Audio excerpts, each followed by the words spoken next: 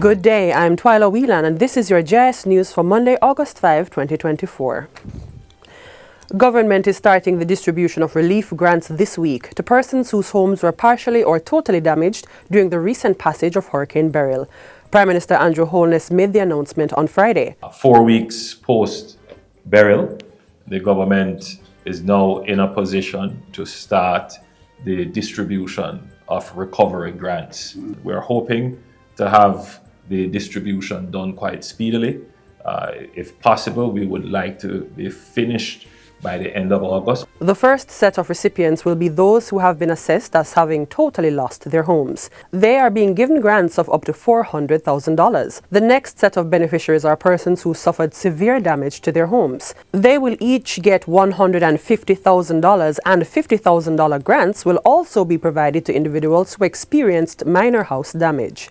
We want all Jamaicans who receive the benefit to use it for the purpose of recovery and restoration.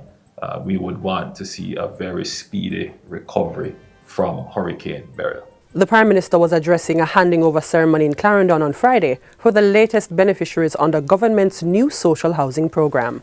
Government will be undertaking a study on the impact of reverse osmosis RO technology to determine the feasibility of its large-scale use in Jamaica and potential impact on the environment. Reverse osmosis is a multi-stage water filtration process that is used to remove up to 99.9% of contaminants, such as dissolved salts, chemicals, unwanted minerals, and biological substances from seawater. The resulting filtered water would, thereafter, be deemed fit for domestic use. The study will be conducted by the National Environment and Planning Agency, NEPA, with grant funding from the United States Trade and Development Agency, USTDA. The $61 million technical assistance grant agreement was signed last week, paving the way for the study to be undertaken at 13 NEPA-approved reverse osmosis sites across the island. As part of the study, RO systems being utilized in at least 4 international jurisdictions will be examined. This is to determine whether best practices in these territories can be adopted in Jamaica at the industrial or municipal scale and to inform the permit process.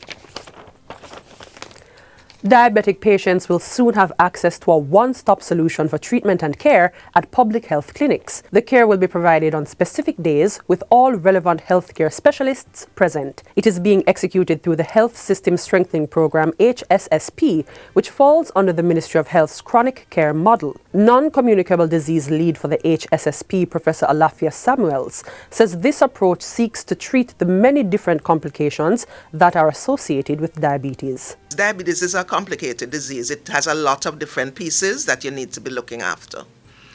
But right now what happens is that for each piece, the patient has to come back to the health center a different day. We're going to have the foot doctor there. We're going to have the eye person there. We're going to have the person to take your blood.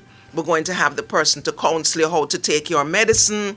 We're going to have the person to tell you how to eat, so that when they come, we make the most efficient use of the patient's time and we deliver a quality, integrated program. Professor Samuels points out that while the chronic care model is not entirely new to Jamaica, it is now being expanded. What we're trying to do is to escalate, improve, and to actually implement it in the network of the project, which is the 10 health centers and the 3 hospitals in the 3 parishes that we're focusing on to start off with. Professor Samuels was speaking at a recent JIS think tank. The facilities in which the chronic care model is being expanded include Spanish Town Hospital, as well as the St. Jago Park, Old Harbour and Greater Portmore Health Centres in St. Catherine. The St. Anne's Bay, Ocho Rios and Brownstown Health Centres in St. Anne are also included, in addition to Maypen Hospital, Chapelton Community Hospital, and the Maypen East, Maypen West and Moco Health Centres in Clarendon.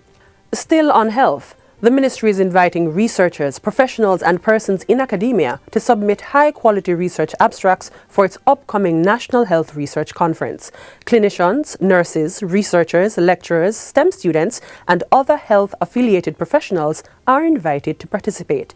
Research areas for this year's conference should look at factors associated with healthcare delivery, workplace health and wellness, violence and injuries in vulnerable groups, technology in health, and climate change and health. The ministry is also welcoming other high-quality research outside these themes. Deadline for the submission of abstracts is Friday, September 6, 2024, and these will only be accepted via the National Health Research Conference webpage. The 15th National Health Research Conference is scheduled for November 20 to 22 under the theme Health and Wellness, Everybody's Business. It will provide a forum for sharing medical and scientific knowledge that translates to improved policy and practice for the ministry and the wider public health system. And finally, residents of Content in St. James are now enjoying their new multi-sport complex and community centre after its recent opening. Tourism Minister and Member of Parliament for the area, Edmund Bartlett, says the facility is the most significant sports and cultural one outside the city of Montego Bay.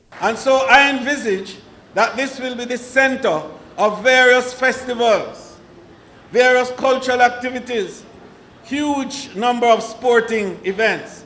But more importantly, that this particular center, the community center, will be the focus of public education in the communities around this area. He adds that the facility, which was completed by the Tourism Product Development Company, will serve as an institution of education for those wanting to learn about government policies and the institutions that govern them. In addition, schools in the community such as Goodwill and Adelphi Primary will have a state-of-the-art play area to conduct sporting activity. The residents were excited to welcome the facility. I'm absolutely loving this facility. It is amazing, not just for the youth, but for adults as well.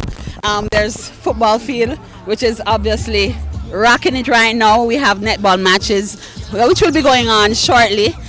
This covers communities in the area, Content, Adelphi, Palmyra, Paisley, all of those areas. Communities can come together and use the facilities. And that's it for JIS News Today. I'm Twyla Whelan. Thanks for watching.